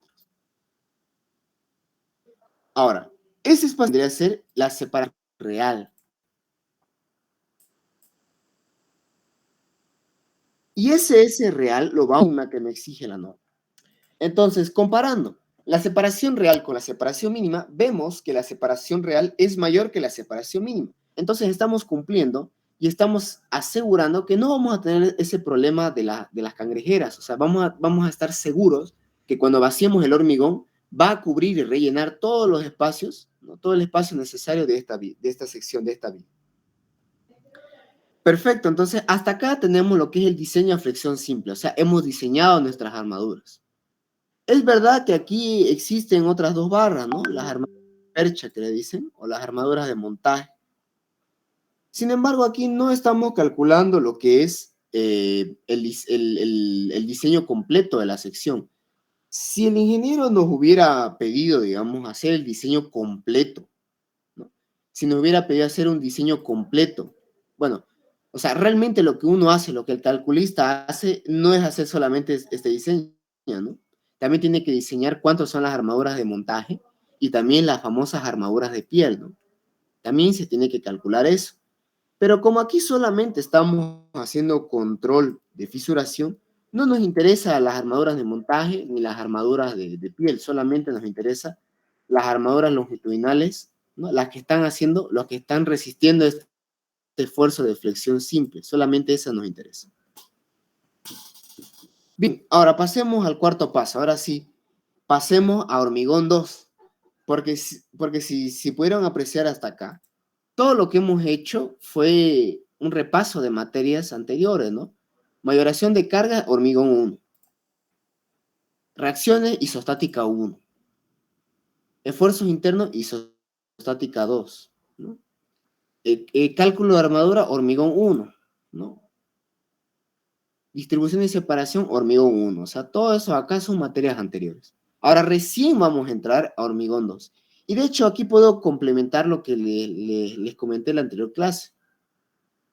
La anterior clase yo les hablé de que el problema de esta materia no es tanto en sí el contenido como tal de hormigón 2, porque van a ver ustedes, ¿no? Mientras van cursando el curso, de que las fórmulas de hormigón 2 no son complicadas, de hecho son bastante sencillas. Bueno, no todas, ¿no? Hay algunas que son medio raras, pero la gran mayoría son fórmulas sencillas y fáciles de memorizar. ¿Dónde es que se complican varios compañeros? Es que tienen dificultad en hormigón 1, ¿no? En esta parte de aquí, en calcular las armaduras, y esto de la separación, y isostática 1 y isostática 2. ¿Ya? O sea, no los culpo, digamos. O sea, a estas alturas, obviamente, ya han pasado un buen tiempo, ¿no? Desde que se lleva isostática 1 y isostática 2, ¿no? Y a veces uno se puede como que olvidar, digamos, hacer esto. ¿Ya? Entonces, sinceramente, así preguntando a varios compañeros y habiendo observado algunos amigos, he visto que el mayor problema que hay en esta materia no es tanto la materia en sí, sino de que se tiene un poquito de dificultad, ¿no? O sea, uno a veces se olvida lo que es esfuerzos internos y cálculo de armaduras, ¿ya? Y hormigón 1. Ahorita, como estamos todavía al inicio del semestre, yo les aconsejo de que practiquen y hagan repaso de eso, ¿ya? Que hagan repaso. Porque verán que una vez que uno le entiende, ¿no? Hacer diseño de armaduras, y si uno está hacha en hacer esfuerzos internos, calcular reacciones, ¿no? Realmente lo demás no es muy complicado, ¿no? Todo lo que sigue no es muy complicado. Bien, entonces vayamos ya a lo último, al control de la fisuración. Eso es lo que realmente nos interesa. Ahora, a medida que haga este ejemplo, voy a ir complementándolo con la fórmula de Yergel, con esta fórmula. Bien, vamos a calcular el momento mecánico de la barra más cercana a la cara traccionada del hormigón. Ahora, yo le decía, ¿no? Porque es muy importante especificar el sentido del momento, ¿no? Si el momento es positivo, como tenemos nosotros acá, ¿no? En este ejercicio, si el momento es positivo, se comporta de la siguiente manera, ¿ya? Se comporta, como ven aquí en este dibujo, se comporta así, ¿ya? Como un giro de esta manera. O sea, está traccionando la zona inferior del hormigón y está comprimiendo la zona superior, ¿ya? O sea, aquí en la parte superior lo está aguantando el hormigón y en la parte inferior lo está aguantando el acero. ¿De acuerdo? O sea, quedémonos con eso, de que esta parte de aquí abajo, debido a que el momento es positivo, esta parte de aquí abajo del hormigón es la zona traccionada. Y obviamente, ¿dónde se va a dar la zona más traccionada? Al extremo, o sea, a esta parte de aquí, ¿no? En el extremo inferior, ¿no? En el extremo inferior de la sección de hormigón se va a dar la zona más traccionada. Entonces, yo digo, ¿cuál es la barra más cercana, ¿no? A la cara más traccionada del hormigón, o sea, a este borde de acá. Vemos que tenemos dos barras, ¿no? Tenemos un FIE 16 y tenemos un FIE 12. El DC es el recubrimiento mecánico, ¿ya? O sea, la distancia que hay entre este borde hasta el centro de gravedad de esa armadura. Pero vemos acá que tenemos un FIE 16 y un FIE 12. Yo les pregunto, ¿cuál recubrimiento mecánico tendría que tomar? ¿Para el FIE 16 o para el FIE 12? ¿Y por qué?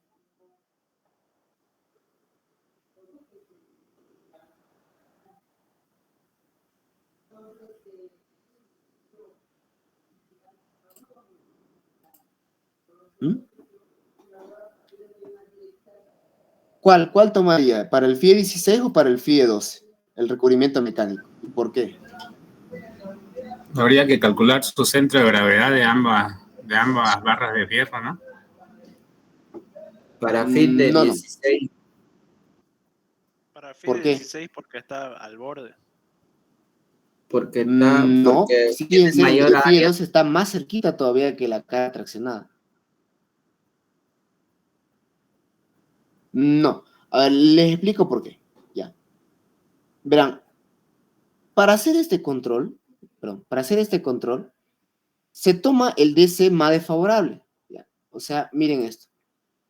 Tenemos acá un FI de 16 y un FI de 12. Ven claramente que el FI de 12 está más cerca de la cara traccionada. El FI de 16 está un poquito más lejos. Vamos a tomar para el diámetro más grande, para el diámetro mayor. Pero ojo, igual aquí lo voy a aclarar. Si por alguna razón, ya, o sea, ahorita en este ejemplo solo necesitamos 4 barras, ¿no? Pero imagínense que en el ejercicio le hubiéramos colocado una segunda camada, o sea, una segunda fila de armadura. El DC solamente lo hago para la primera fila, solamente para esta de acá. No la hago para una segunda fila, si tuviéramos una hipotéticamente hablando, ¿ya? Solamente para la primera fila. Y tomo para el diámetro más grande, ¿ya? En este caso, como tengo un FIE 16 y un FIE 12, voy a tomar el recubrimiento mecánico del FIE 16, del más grande, del más desfavorable, ¿ya? Entonces, ¿cómo sería? Sería recubrimiento geométrico, pero en recubrimiento libre o recubrimiento geométrico 2 centímetros, más el estribo FIE 8, hasta aquí tenemos 2,8 centímetros, y para el centro de gravedad, ¿ya? Para el centro de gravedad de esa barra, sería el diámetro medio, ¿no? Sería 2,8 centímetros más la mitad del diámetro de esta barra FIE 16. Entonces tenemos 2, el recubrimiento geométrico, más 0,8, aquí el espesor del estribo, más la mitad del diámetro de un FIE 16. La suma de esto nos dio 3,6 centímetros, ¿ya? Ese de ahí va a ser el DC. Si yo hubiera calculado para el FIE 12, aquí hubiera sido 1,2, ¿no? Aquí hubiera sido 1,2. Y eso nos hubiera dado unos 3,4 centímetros, ¿no? Como pueden ver, yo tengo dos valores, ¿no? Tengo un DC para el FI de 12, 3,4, y un FI de 16, cuyo DC me da 3,6. Yo tomo el más desfavorable, o sea, el más grande, ¿ya? En este caso sería para el 3,6, o sea, para el FI de 16. Nuevamente, si tuviéramos otra fila de armadura traccionada, solamente analizamos para la primera fila. Y más precisamente analizamos para el diámetro más grande, en este caso el FI de 16. Bien, ese es el DC. Ahora el A sub K. El A sub K viene a ser el área de hormigón que protege, o mejor dicho, el área de hormigón que recubre a una sola barra, ¿ya? Para eso hay una fórmula. Esta aquí. Esta acá. ¿Dónde está? Esta aquí. 2 veces el recubrimiento mecánico por la base de la sección sobre el número de barras. Ahora, tenemos 2 recubrimientos mecánicos. ¿Por qué digo 2? Porque para hacer el diseño, ¿no? El cálculo de las armaduras, hemos adoptado un recubrimiento mecánico, ¿no? Lo hemos adoptado. Pero ahora que tenemos las barras, tenemos ahora la cantidad, o sea, tenemos ahora las armaduras reales, no estamos adoptando nada, ¿no? Son las armaduras reales. Podemos calcular el recubrimiento mecánico real, ¿ya? ¿Y cómo se calcula el recubrimiento mecánico real? Es simplemente hacer lo que vimos en isostática 1, ¿no? Calcular el centro de gravedad de las armaduras traccionadas, ¿ya?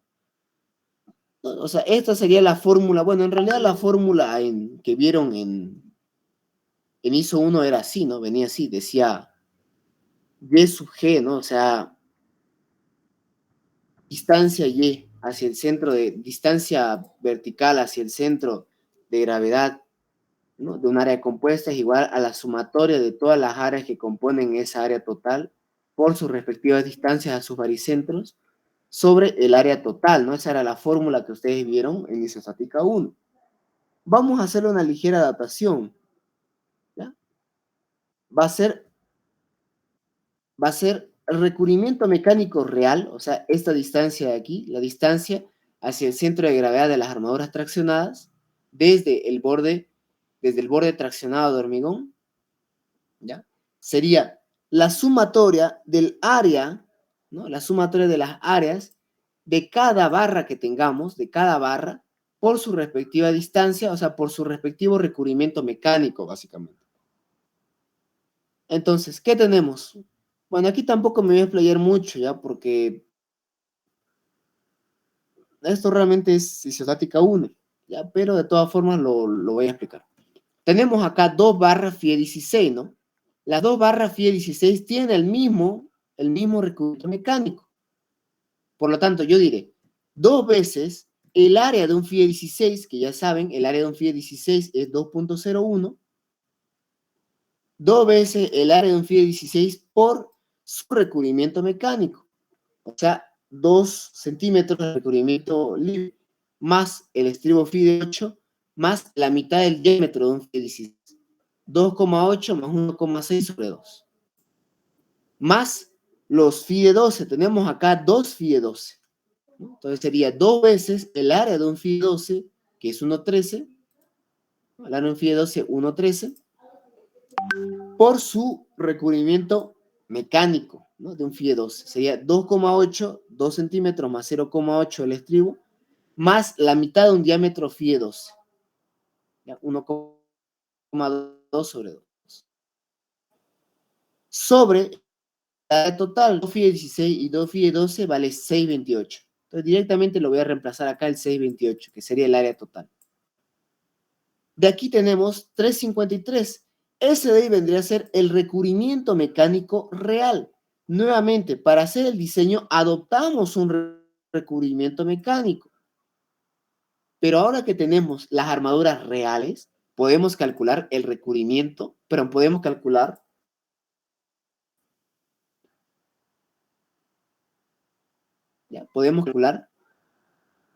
el recubrimiento mecánico real. Real. Lo vemos en la fórmula de A sub K, o sea, la fórmula del área de hormigón que protege o que recubre a una sola barra, 2 veces recubrimiento mecánico real por la base de la sección sobre el número de barras, ¿no? Aquí juega un papel importante el colocar gran cantidad de barras, porque mientras más barras yo coloco, el A sub K es más pequeño. Bien, entonces nos da 2 veces por 3,53, ¿no?, por 40 sobre 4, 70,6. 70,6 centímetros cuadrados. Bien, entonces ya tenemos el A sub K. Miren, ya tenemos dos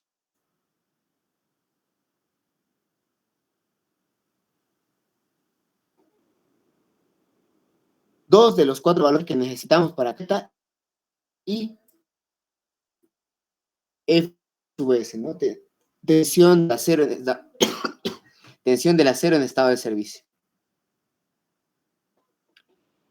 Pero hay un problema. Para calcular beta y para calcular F sub S, yo necesito calcular lo siguiente. Necesito calcular X ya viene a ser un eje neutro real. La profundidad de eje neutro real. Y también necesito calcular, miren, I sub CR, que viene a ser momento de inercia de la sección fisurada, y momento, ¿no?, momento máximo de servicio. Ya tengo que calcular estos valores. ¿De acuerdo? Realmente es por culpa de esto que estos ejercicios se hacen largos. Ya no están bien rápido. El problema es por calcular I sub CR y por calcular la X, ¿no?, la profundidad del eje neutro. Es por culpa de eso que se hace un poquito largo los ejercicios. Bien, entonces calculemos el X, ¿no? Porque sin la profundidad del eje neutro, o sea, sin la distancia X, no puedo calcular beta. Bien, entonces vamos a calcular X. ¿Cómo se calcula X? Afortunadamente, ¿ya?, bueno, afortunadamente, ¿no? Porque realmente hay otra forma de calcular X, pues es más complicada. Pero la forma para calcular X, ya, es la siguiente, ¿no? Al menos la que utiliza la ACI es la siguiente.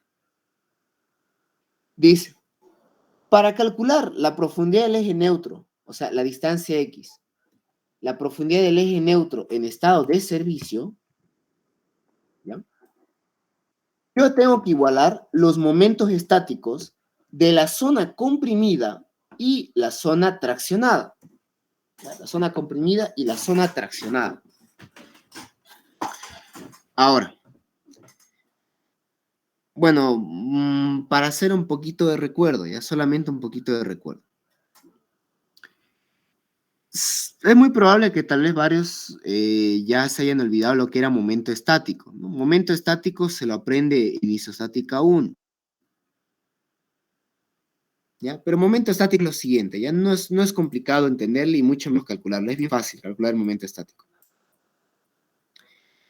Imagínense que yo tengo un círculo. Imagínense que yo tengo un círculo, perfecto. Tengo un círculo. Yo sé que de un círculo, su centro de gravedad está en su centro de giro, ¿no ven? O sea, aquí en el centro del círculo, ahí se encuentra su centro de gravedad. Perfecto, o sea, aquí está el centro de gravedad. Obviamente, un círculo tiene un área, ¿no? Tiene su propia área. Y usted ya sabe, ¿no? ¿Cuál es la fórmula para calcular el área de un círculo, ¿no? Pi por radio al cuadrado o pi por diámetro al cuadrado sobre 4. Bien, o sea, tiene su propia área. Y como toda área, también tiene su propio centro de gravedad, ¿no? Que dijimos está aquí al centro del círculo, ¿no? En su centro de giro. No, aquí está. Aquí está el centro de gravedad de este círculo. Ahora, imagínense que me piden a mí calcular el momento estático de ese círculo respecto a este eje de acá. Vamos a llamarlo un eje Z, digamos, ya por poner un nombre, un eje Z. Un eje Z.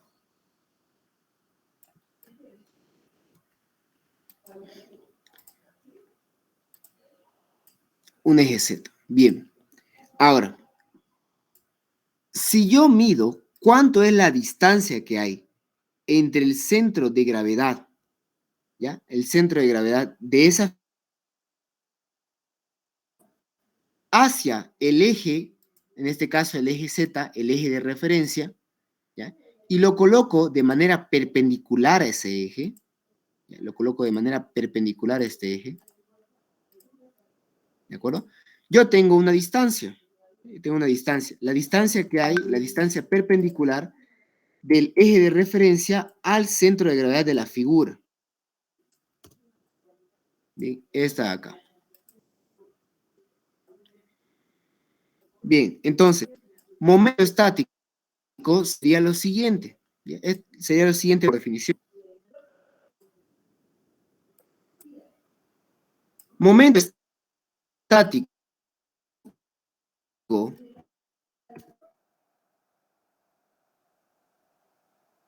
momento estático momento estático respecto al eje Z. Momento estático respecto al eje Z sería el área de la figura, en este caso el área de este círculo, por la distancia que hay entre el centro de gravedad de esa figura hacia el eje de referencia, ¿no? La distancia perpendicular. Eso de ahí es momento estático, ya solamente para hacer recuerdo. Ya, para hacer recuerdo. Esto de acá. Bien, eso es momento estático. Ya en este caso, momento estático respecto al eje Z sería el área de esta figura, o sea, el área de este círculo, por la distancia que hay, la distancia perpendicular del eje Z hacia el centro de gravedad de esa figura. ¿Ya? Eso es momento estático, solamente para hacer recuerdo de lo que se ve en isostática. Ya, para hacer recuerdo. Bien, entonces, para obtener la distancia X, yo tengo que aplicar momento estático. ¿Ya? Por eso es importante. Bien, ahora yo le decía de que tengo que igualar, o mejor dicho, para calcular el eje neutro, ¿no? El eje neutro, esta distancia X, ¿a qué distancia se encuentra el eje neutro en el estado de servicio? Yo tengo que igualar el momento estático, ¿no? De la zona comprimida. En este caso, la zona comprimida viene a ser del hormigón y el momento estático que me produce, ¿ya? Que me produce el acero. Ahora, no se toma en cuenta, ¿ya? El aporte del hormigón a la tracción, porque realmente saben ustedes de que el hormigón es un material que tiene pésima resistencia a la tracción, ¿no? Un material que pésimamente resiste los esfuerzos de tracción. Entonces, todo lo que esté, ¿no? En el otro lado, en la zona traccionada del hormigón, no se lo toma en cuenta el hormigón, solamente al acero, solamente se toma en cuenta el momento estático del acero, nada más. Bien, perfecto. Hasta ahí hemos especificado y hemos aclarado esa parte. Ahora, hay un problema aquí. Para aplicar momento estático, más precisamente para poder calcular el eje X, ¿no? Para poder obtener esos momentos estáticos, ya, yo estoy hablando de dos materiales completamente diferentes. ¿Ya? Por un lado está el hormigón, o sea, el hormigón está en la zona comprimida, ¿ya? El hormigón está aquí en la zona comprimida. Y el acero está en la zona traccionada. Sin embargo, el acero, ¿ya? El acero es un material diferente al hormigón, ¿no? Son materiales que tienen diferentes propiedades mecánicas. O sea, yo no podría aquí igualar los momentos estáticos debido a que son materiales diferentes. Sin embargo, en Resi 1, ustedes vieron lo que se conoce, ¿no es así? El tema de la homogenización de los materiales. Es decir, cuando yo tengo materiales, o mejor dicho, cuando yo tengo una sección compuesta por diferentes materiales y yo quiero analizarla, tengo que convertirlo a un mismo material. ¿No es así? O sea, yo tengo que convertirlos, o mejor dicho, yo tengo que trabajar con un mismo material, no puedo trabajar con dos. Entonces, ¿cómo hacíamos? Lo que hacíamos era convertir, o bien en el acero lo convierto en su equivalente en hormigón, o bien el hormigón lo convierto en su equivalente de acero. ¿Ya? Lo que nosotros hacemos por facilidad es convertirlo, ¿ya? Convertirlo al acero en su equivalente de hormigón. Para eso yo tengo que multiplicar el área del acero por un factor de homogenización. ¿Ya? Utilizamos este valor, este coeficiente n. Y el coeficiente n se calcula, ¿no? Ustedes ya saben muy bien cómo se calcula el factor de homogenización n. No es más que la relación entre los módulos de elasticidad. Bien, ahora eso lo aclaro para cuando hagamos el momento estático. Ya, cuando hagamos el momento estático tenemos que convertirlo a un mismo material. Y es más fácil convertirlo el acero hormigón que el hormigón al acero. Por lo tanto, al acero lo vamos a multiplicar por el factor de homogenización n. Bien, ¿qué más tenemos? La base, como estamos hablando de una sección rectangular, la base sigue siendo 40, ¿no? Es la base de la sección de hormigón armado. Ahora, la distancia que hay entre el borde comprimido de hormigón, ¿no? Entre el borde, este de aquí, el borde comprimido, hacia el centro de gravedad de las armaduras traccionadas se lo conoce como altura útil. Y aquí tenemos un problema similar al que teníamos acá, ¿no? Porque aquí teníamos recubrimiento mecánico real, ¿no? Este lo hemos calculado en base, ¿no? a nuestra sugerencia, a nuestra proposición de las armaduras, ¿no? En base a cómo hemos colocado las armaduras. Hemos elegido 2 FIE 16, 2 FIE 12, determinamos su recubrimiento mecánico. ¿Por qué aclaro eso? Porque cuando calculamos el número de armaduras, adoptamos un recubrimiento mecánico. Y así como hemos adoptado un recubrimiento mecánico, esta altura útil también ha sido adoptada, ¿no? Porque ha sido calculada en base a un recubrimiento mecánico adoptado. Entonces, así como el recubrimiento mecánico, ¿no? Real, o sea, el recubrimiento mecánico que hemos calculado, también existe una altura útil real. Y es con esa que se trabaja, no con la altura útil adoptada. ¿Ya? Es con la altura útil. Y bueno, como toda altura útil se calcula como la diferencia entre la altura total de la sección menos el recubrimiento mecánico real. O sea, menos este de acá que hemos calculado.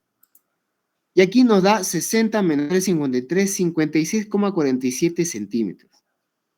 Bien, ese es el recubrimiento mecánico real. Ahora, aquí la distancia X es lo que queríamos calcular. Esto es lo que no sabemos. Es nuestra incógnita, la distancia X. Ahora vean lo siguiente. La diferencia que hay entre la altura útil real y la profundidad del eje neutro, o sea, la distancia X, se lo conoce como distancia Y. ¿Ya? Esa distancia Y es la que vamos a necesitar para calcular el F sub S. ¿Ya? La que vamos a utilizar acá. Ahí es donde vamos a utilizar esa distancia Y para calcular el F sub S. Bien.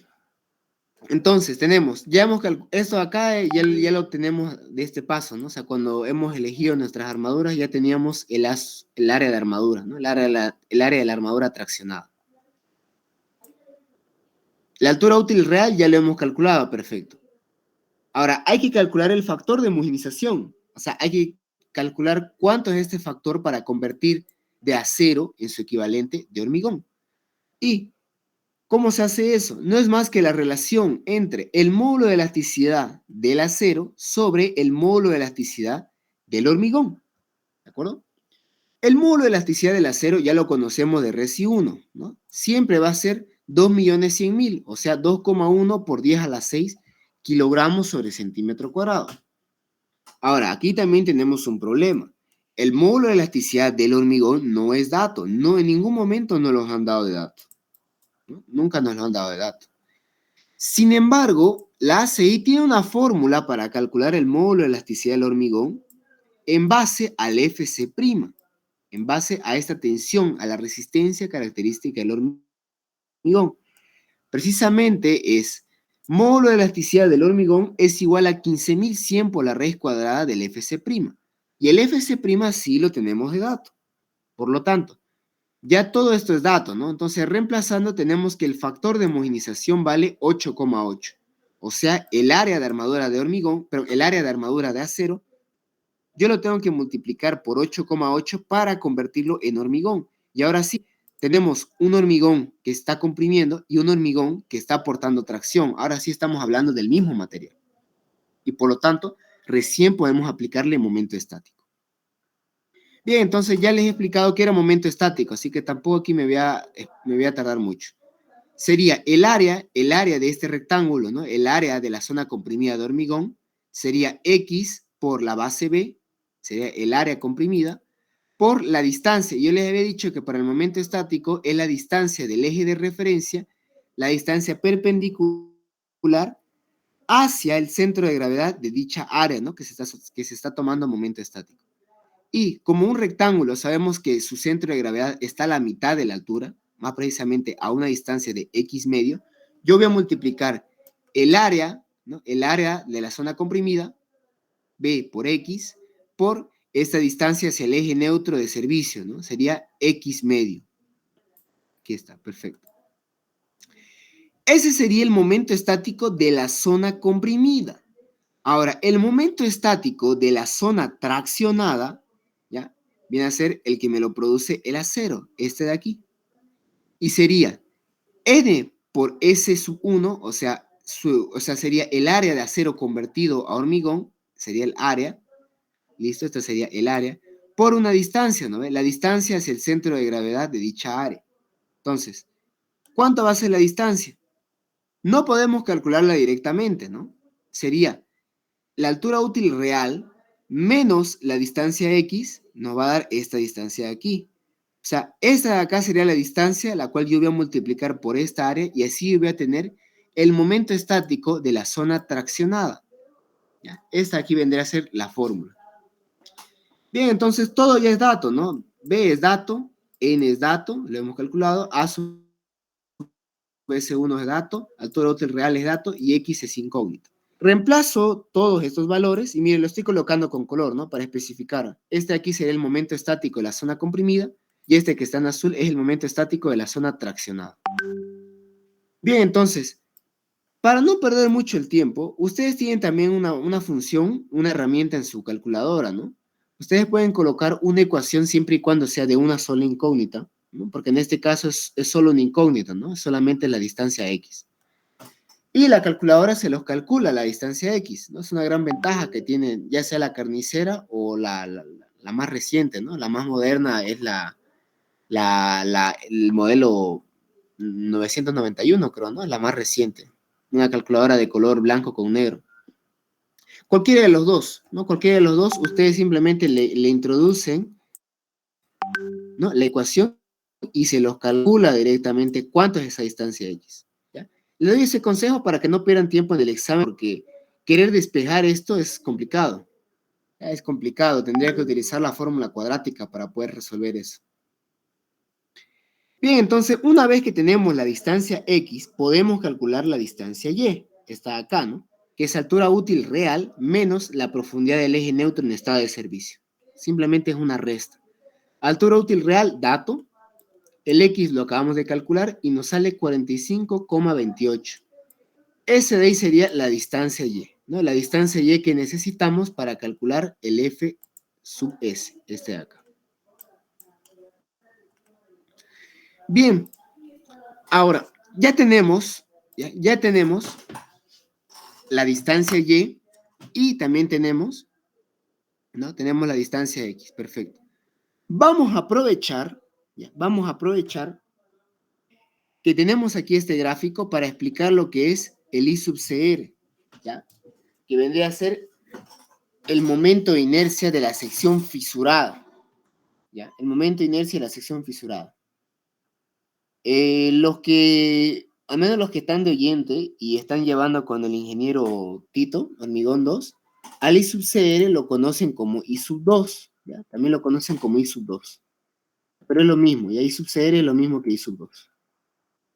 ¿Qué vendría a ser el I sub CR? O sea, el momento de inercia de la sección fisurada. Vendría a ser la inercia de esta figura que tenemos acá, ¿ya? O sea, la inercia, ¿ya?, del hormigón y del acero respecto a este eje de acá. ¿Bien? O sea, realmente lo correcto sería de que calculemos momentos de inercia, ¿no? Calculamos la inercia para este rectángulo respecto a este eje utilizando el teorema de Steiner, y lo mismo con el acero, ¿no? Calcular la inercia al acero y llevarlo a este eje utilizando Steiner. Pero ya hay una fórmula directamente, o sea, en vez de andar deduciendo y eso, ya hay una fórmula directa para calcular el momento de inercia de la sección fisurada. Pero ojo, esta fórmula solamente funciona, y lo voy a especificar acá, ¿ya?, solamente funciona para secciones, solamente funciona para una sección rectangular, como tenemos ahí, sección rectangular,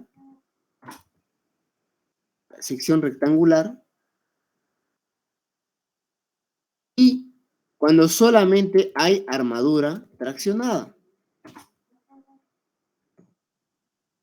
¿Ya? Solamente para eso funciona esta fórmula de acá.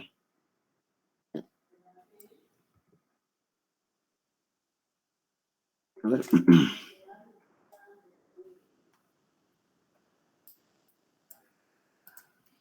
Permítame. Ahora, esta fórmula que ven aquí solamente funciona cuando la sección es rectangular y solamente hay armadura traccionada.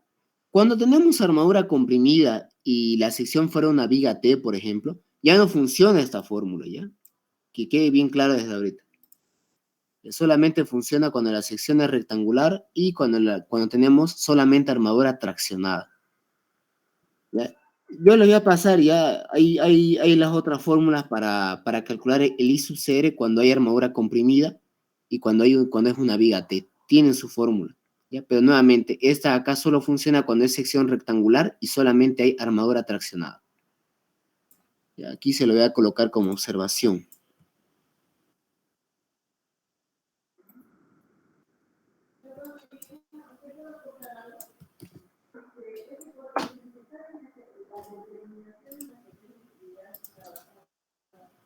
Ya. Bien, solamente para ese caso funciona esta fórmula. Entonces, como cumplimos, ¿no? Como es justamente el modelo para el cual fue diseñada esta fórmula, entonces vamos a reemplazar los datos, porque ya todo es dato, ¿no? B ya es dato. Profundidad del eje neutro ya es dato, lo hemos calculado. N también es dato, lo hemos calculado. A sub S1 también es dato.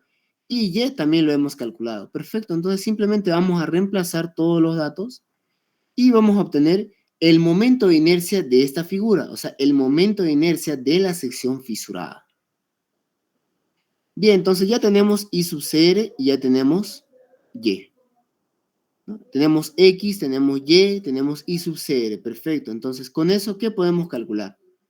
Podemos calcular la relación beta, que solamente requiere de X, pero F sub S aún no lo podemos calcular, porque nos falta el MA. ¿Y qué es el MA?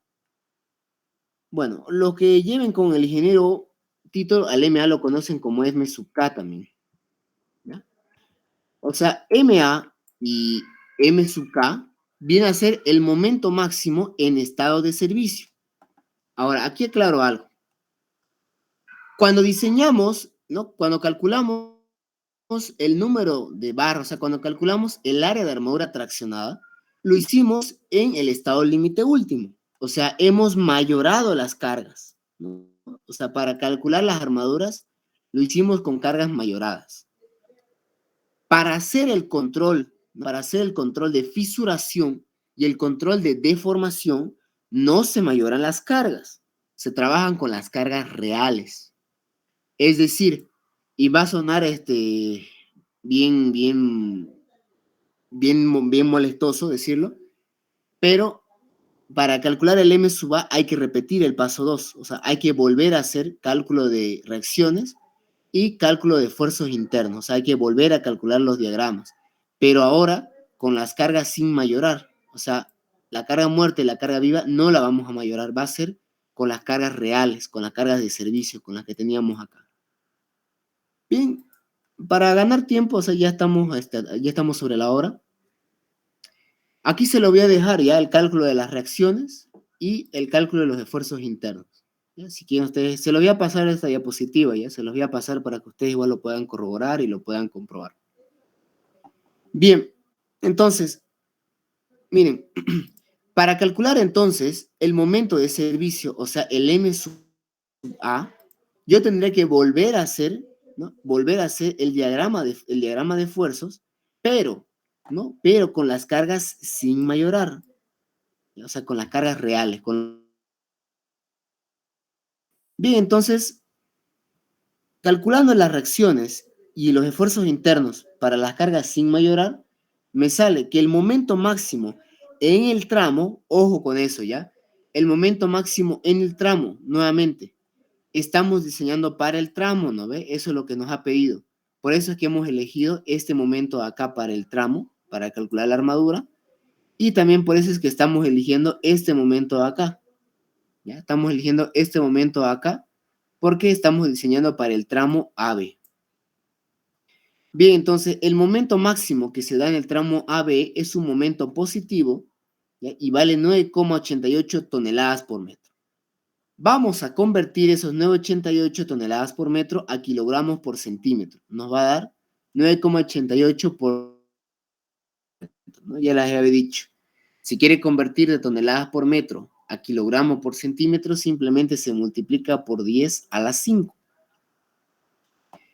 Perfecto, entonces ya tenemos MA. Bien, tenemos MA. Tenemos I sub CR. Tenemos distancia Y. Y tenemos distancia X, ¿no? Tenemos profundidad del eje neutro.